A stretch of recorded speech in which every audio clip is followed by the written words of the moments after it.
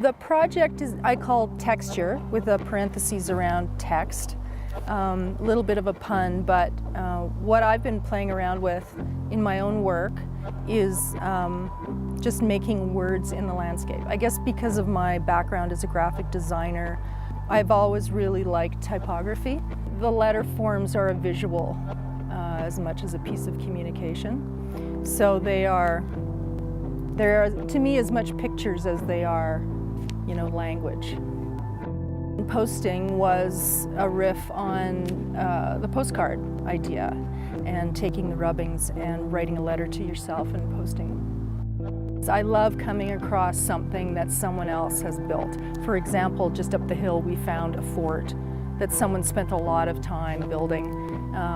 And these things, they sort of, I keep saying this phrase, but it's interesting, they hide within plain sight. So as you're walking along, in your busy life with blinders on, suddenly something captures your attention. And it's something that sort of blends in, but then once you see it, it stands out and it just stops you. I have fun thinking that maybe other people in the community would take a walk through the ravine and see, like the other day, the word love or hello or a heart or, whatever the kids have built, and it'll pull them out of themselves for a minute and be a little bit of a surprise.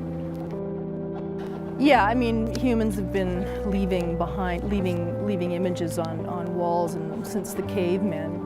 I don't know anything about that history, but it's like since the beginning of time, and we've always wanted to, I guess, leave a record of ourselves, communicating to others that would come along and telling a bit of a story. We left a story behind, for others to discover.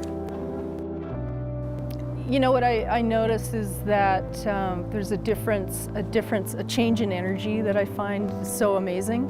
We start up at the school and everybody's hyped and they're out of school and they're scribbly and all over the place. And we get down here and they're kind of chatty and walking and bored and wondering and, sort of edgy a little bit. And then you give them something to do, and if they like what they're doing, it just gets quiet. And they're so engaged you don't even want to stop them to move on to the next thing. It's almost a shame. It's wonderful to see them really interested. And it's great that these activities engage them in that way.